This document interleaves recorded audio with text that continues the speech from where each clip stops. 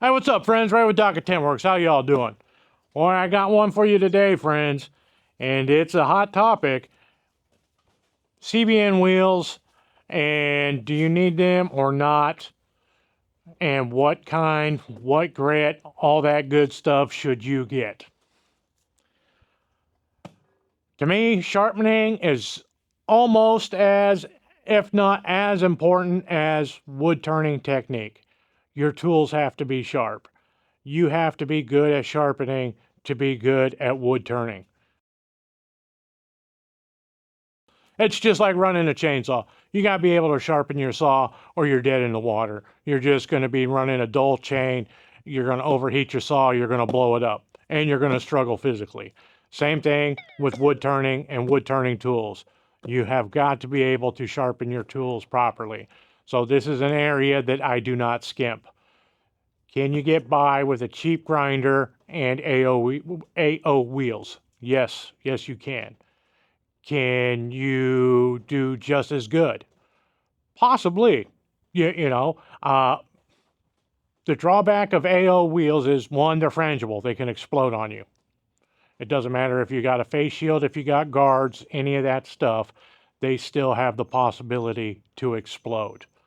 Two, they put a lot of fine particulate in the air, a lot of nasty stuff. Just the name aluminum oxide, I don't want to be breathing that.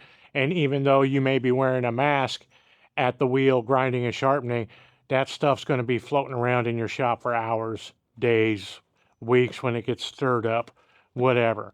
Okay, those are the only two main drawbacks. Well, that and you have to constantly dress the wheel. What you can do is you can put a groove or a rut in the center of your wheel where you focus on, and then you have to hone it away. And then, okay, there's more than a couple cons. And then also, as you dress that wheel, it gets smaller and smaller and smaller and smaller each time. And so you're constantly having to move your platforms and your grinding jigs and adjust them to the wheel. Basically, every time after you dress that wheel, you should readjust it with your angle if you want repeatable results. This is an AO wheel, aluminum oxide, just for an example. These usually and typically come on your grinders when you buy them. There was an older kind of gray ones, but they have since been replaced with these white ones. Safety tip, pro tip, whatever you want to call it, is you have to check these before you mount them. Even though they were shipped on a grinder, you have to check and make sure that these don't have cracks, fractures, anything like that before it comes up to speed. Two, you must have your guards in place when using these because, like I said, they're frangible, they're prone to explosion, and you want to protect yourself as much as possible. The alternative are CBN. What is it? Cubic nitride, cubic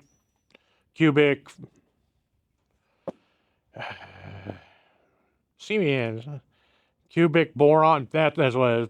Boron nitride or whatever. So it's a material. This case, this wheel's a 180 grit from Woodturning Wonders. This is aluminum. And see, it's got a relief here to balance it to make sure it runs true on your machine, on your grinder. These are lightweight. They never change diameter. They last a long time. They're easy enough to clean.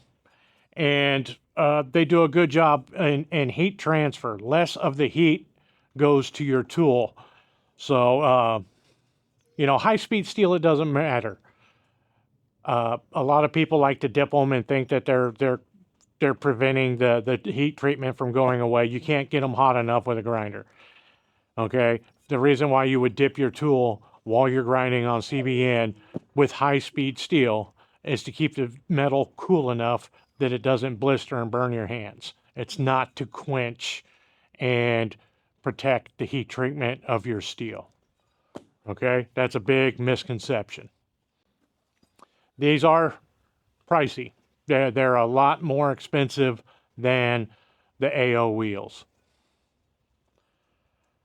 They have multiple surfaces depending on who you buy them from, what brand, what model. This one has a surface on either side that you can cut with, and it's straight across. It doesn't have a radius. Some of them have a radius here for sharpening different things and running your skews and your scrapers and stuff.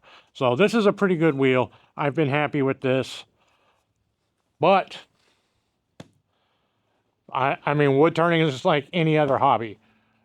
How much money do you want to throw at it? There's always there's always something bigger, better, more expensive, fancier, crazier that you can buy in wood turning, woodworking, any other hobby.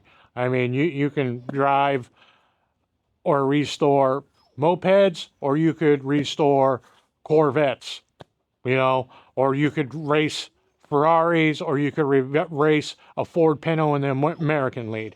How much money do you want to throw at it? You can smoke backwoods cigars. You can smoke $100 Cubans. How much money you got to burn?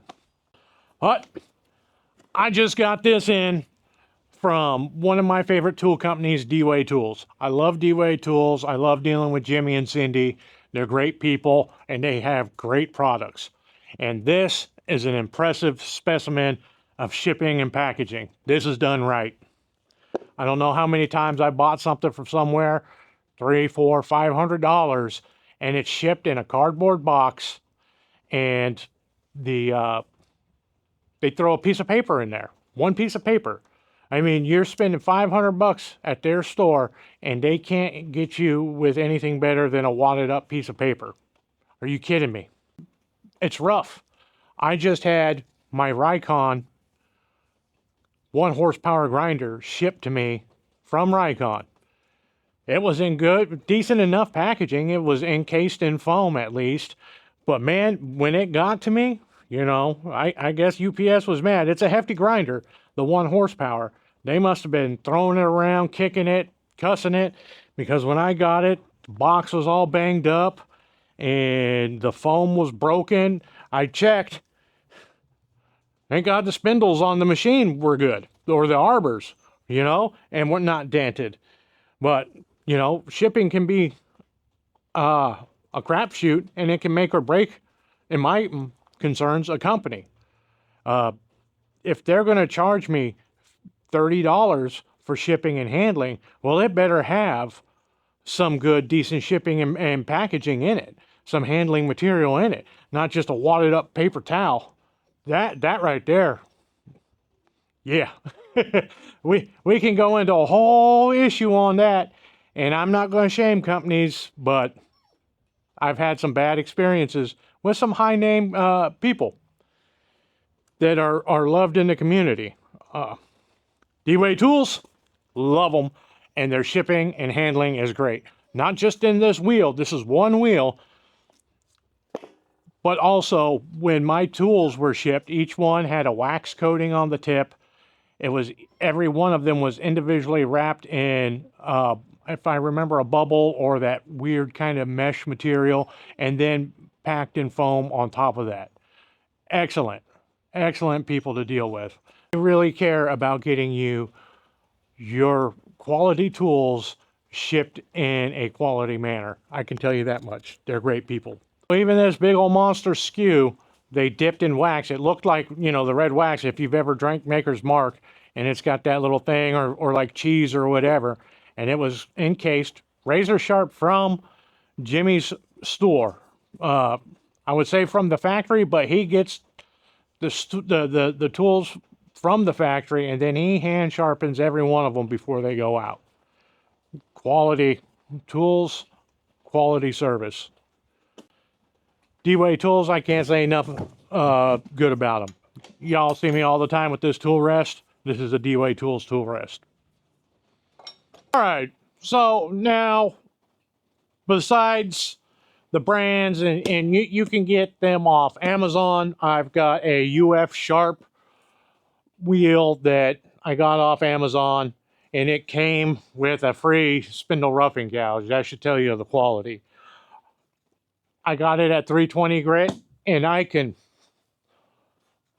it's completely gone. It didn't last long at all. So different companies have different quality, and you're paying a lot for these things. That wheel didn't last me even 2 years. So, and there is a way to clean them, and I know how to clean them, and I've cleaned that thing multiple times, and it's just kind of a crap wheel. So right off the bat, I would not suggest them.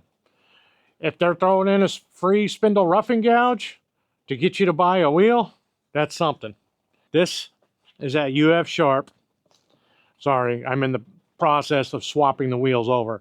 And this is slick, man. That's 320. This is a Wood River, you know, the Woodcraft brand, 120. And that is a nice aggressive wheel. This is a D-Way Tools Super Premium or whatever, Premier Series CBN. It's even got its own serial number so you could check or track batches. And this is 400 grit.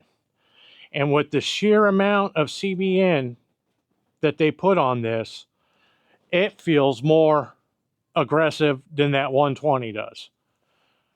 This is going to remove some material. And look, it's the perfect size. It barely fits right there in my Stuart Batty. It's got a large surface there and a large side surface, and it's steel, okay? It's solid steel, and it's been balanced.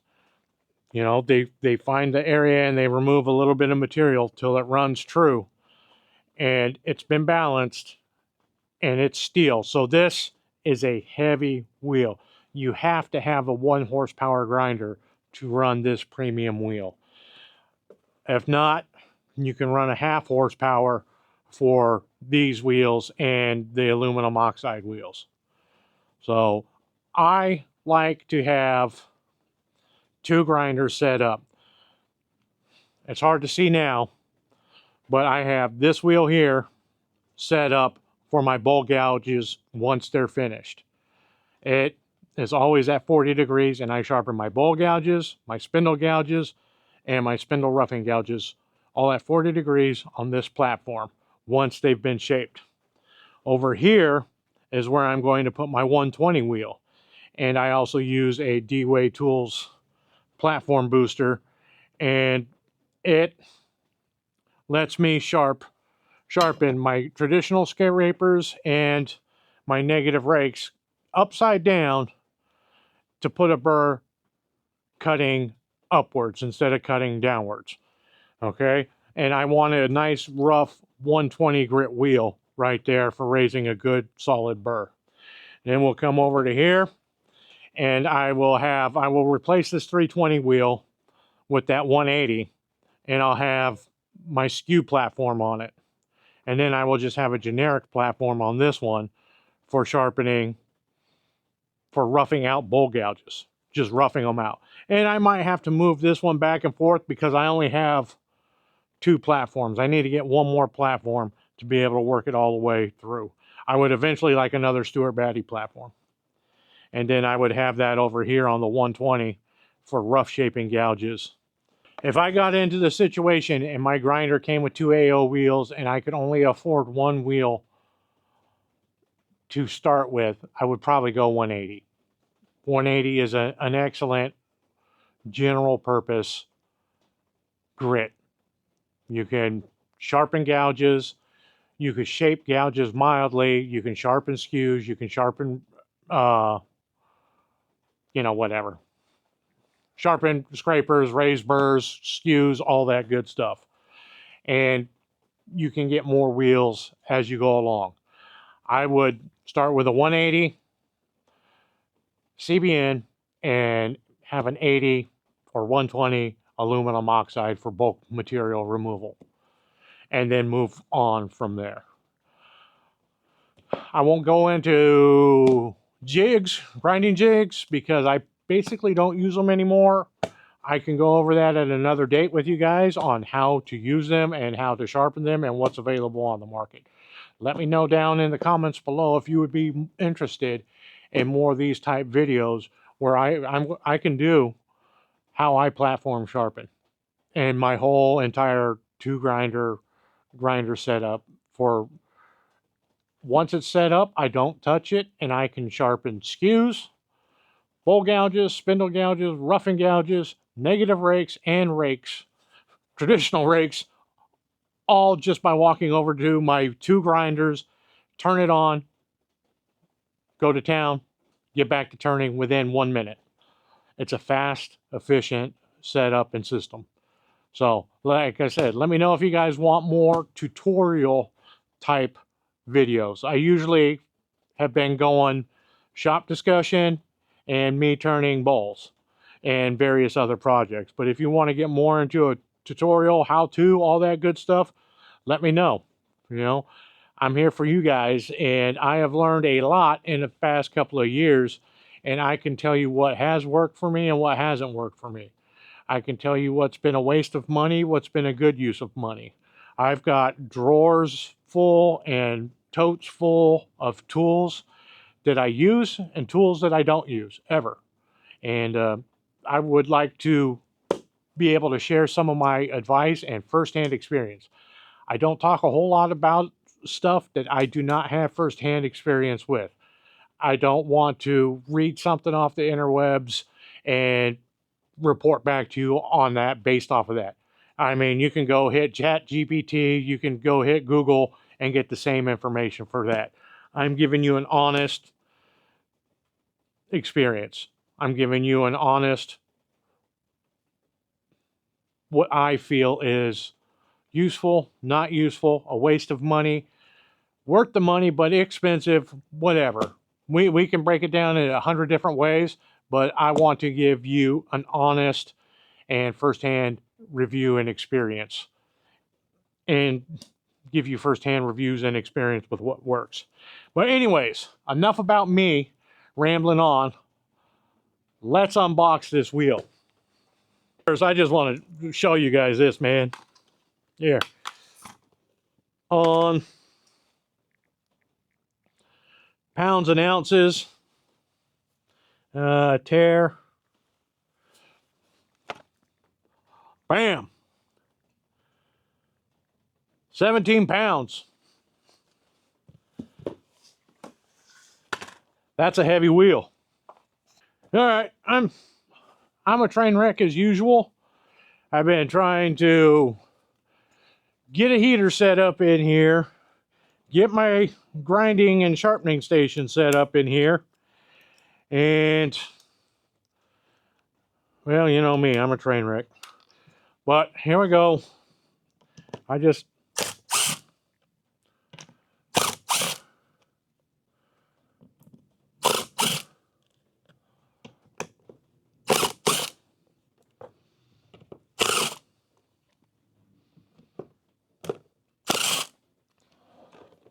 we don't want these all over the place and stepping on them.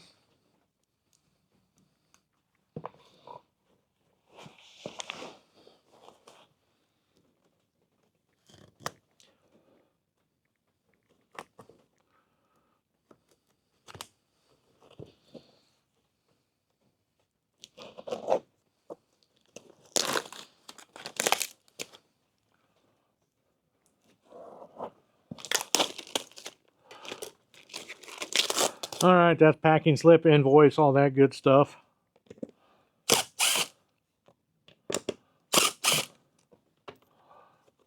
And then it's also got a couple little nails in there too. Oh, we got more packing tape. So we've got packing tape running this way and that way.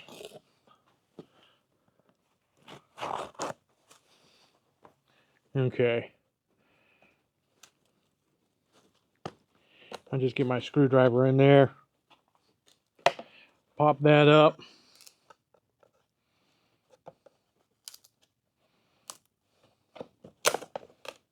That one decided to stick around and hang out.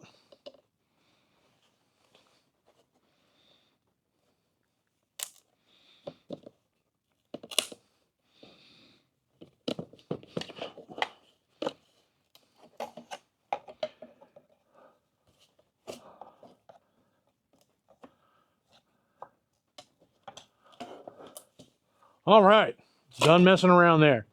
Here, let's see what this is.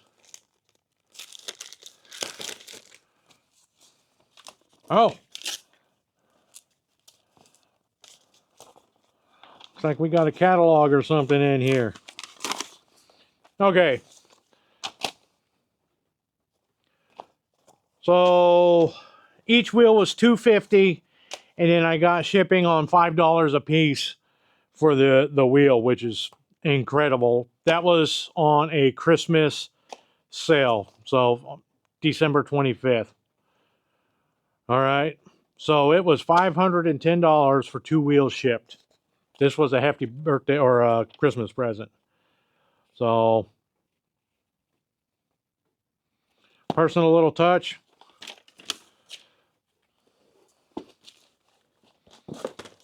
Okay, that's a nice little box, man. And then there's packing inside of it even. So, again, batch number.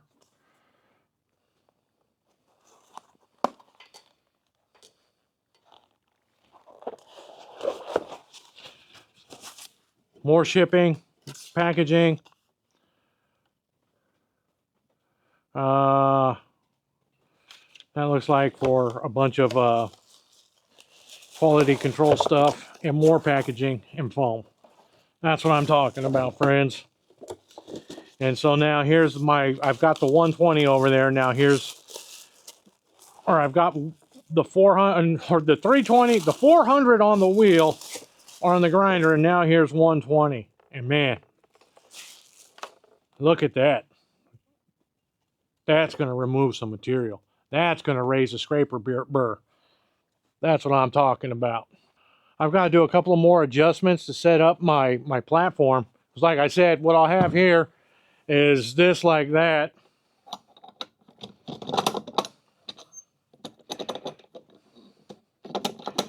Oh, it's always fun getting this thing going the first time.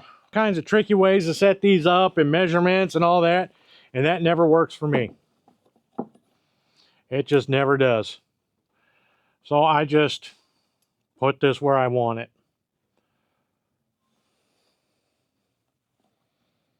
This would probably matter a whole lot more if I was using a Varigrind jig, but I'm not.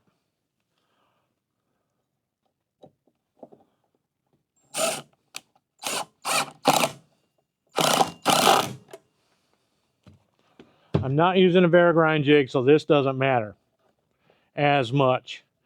So I just tune this. It's off-centered a little bit. Will that bug me?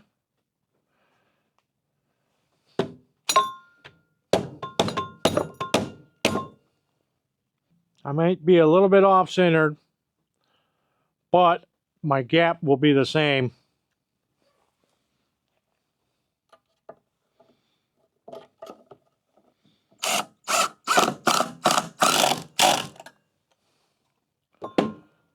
The gap will be the same. So when I bring this up, there. Wow, that's fast. I didn't tighten those down. Those are just hand tight. They're running true. Everything looks good. And there's no vibration. Yeah, I'm happy with that. I need to find some channies and lock that thing down before I forget about it.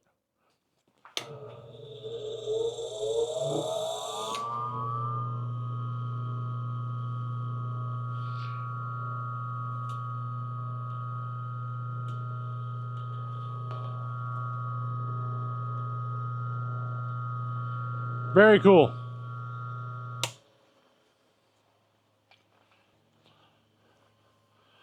So that was just me reprofiling my spindle gouge. And that, friends, is a razor sharp tool. Platform sharpened. This is a little bit long. I need to take this down a little bit more. The bevel right there. So I'll go over to the heavy side.